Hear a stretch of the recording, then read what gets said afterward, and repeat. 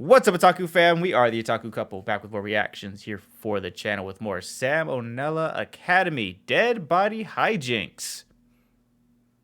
Because, yeah. I mean, it's not the strangest thing we've heard him talk about here on this channel, so. Thank you guys for the continued support. As always, be sure to comment, like, subscribe. Every little bit helps. If you want to support the channel monetarily, we do have a Patreon to TV shows, animes, and movies, completely uncut. Links down below in the description. Let's hop on in. Thanks to Dashlane for sponsoring this video.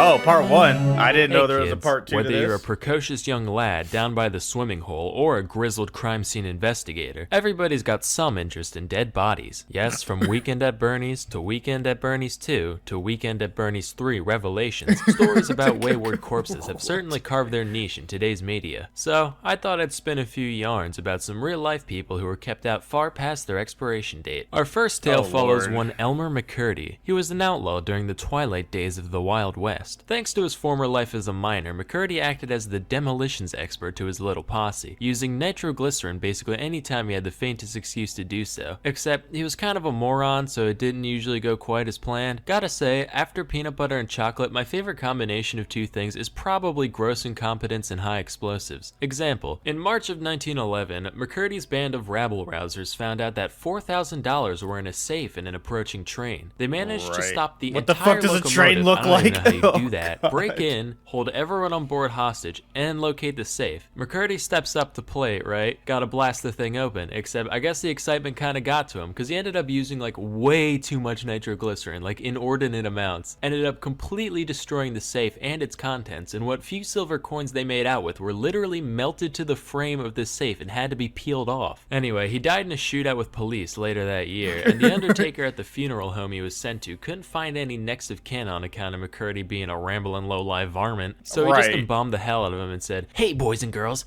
want to see a dead criminal? Only one shiny nickel." And since LiveLeak wasn't around at the time, there weren't many places a kid could go to stare at a corpse for a while if he or she so desired. So it actually became a pretty popular attraction. Visitors would pay their dues by physically slipping the coin into the man's mouth, and the creepy-ass undertaker would come fish him out later, probably with bare hands all slowly and sensual-like. A few years passed.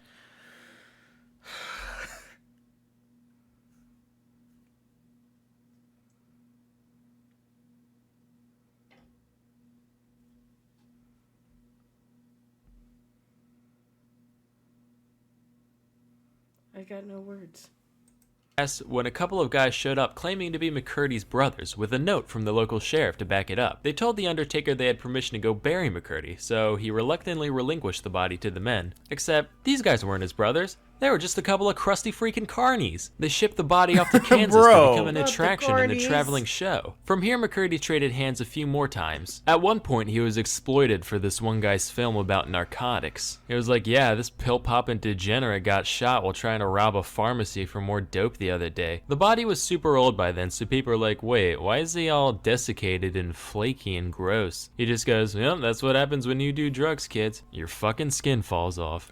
Stay above the influence. At some point in his journey, he ended up getting coated in wax and paint to look a little less rotty, before ending up in a warehouse in 1949. Here's the thing, he was in there alongside some actual wax figures, and after spending 19 years in storage, nobody knew he was a real corpse anymore. So he ended— Bro, no, bro.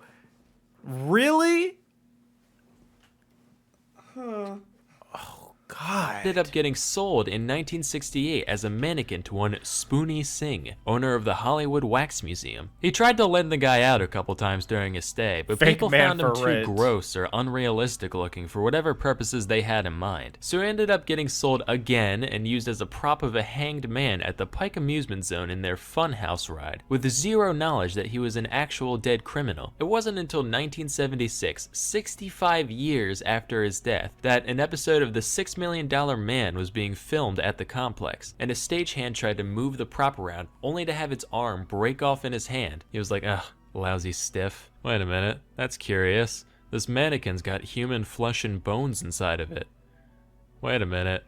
Uh-oh. Uh-oh. Uh-oh. The autopsy confirmed what everyone present at the time suspected. By this point, the body was so dried out and stale that it only weighed 50 pounds, which makes me think we should start a radical new fad diet where we just get people to mummify parts of their body. Like, Jenny, guess what? I just lost 30 pounds in 5 days. Wow, holy heck, how'd you do that? They call it the Egyptian cleanse. Anyway, with that, McCurdy was finally laid to rest back in his homeland of Oklahoma, and that film crew's lives were never the same again. Flashback to late 18th century. Baloney. There lived a physician by the name of Luigi Galvani. This guy was a big deal. He's the dude who discovered that, hey, animals got electricity in them. And his legacy still survives today in words like galvanize. One of his most famous experiments was the one where he used static electricity to make frog legs twitch on command. Around these parts, we call that the French salute. Haha. The French salute. Stereotypes funny. Well, in 1803, his nephew, Giovanni Aldini, said, hey, that's pretty nifty and all, but what if we tried it on people? So the city of London was like, hey, now you're thinking with portals.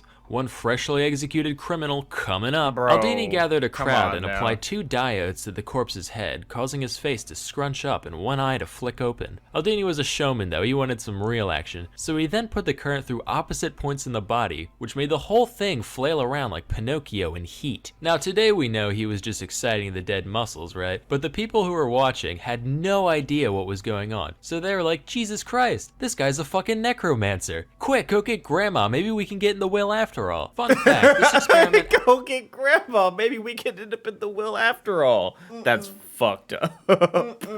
That joke is fucked up. actually ended up serving as inspiration for Mary Shelley's Frankenstein, which makes me wonder Makes what other sense. famous novels were based on real-life events. Was a white whale ever pursued by a vengeful sea captain? Was there actually a mentally handicapped migrant worker who liked hugging rabbits to death? Was there ever a Probably. human soul as profoundly asinine and willfully ignorant as Amelia Bedelia? God, I hate her glassy-eyed face so fucking much. I just want to mash it into a running waffle maker, be like, huh, isn't that ironic? Grab her by her vacant fucking head, throw her out of a 747 and say, hey, why didn't you shoot yourself when you had the chance? Get it!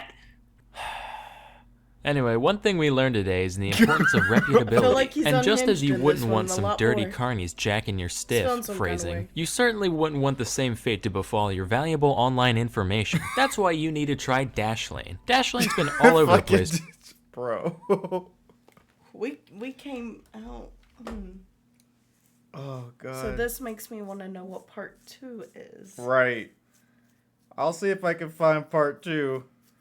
Because, It's like a want, but also kind of I mean, how can not want.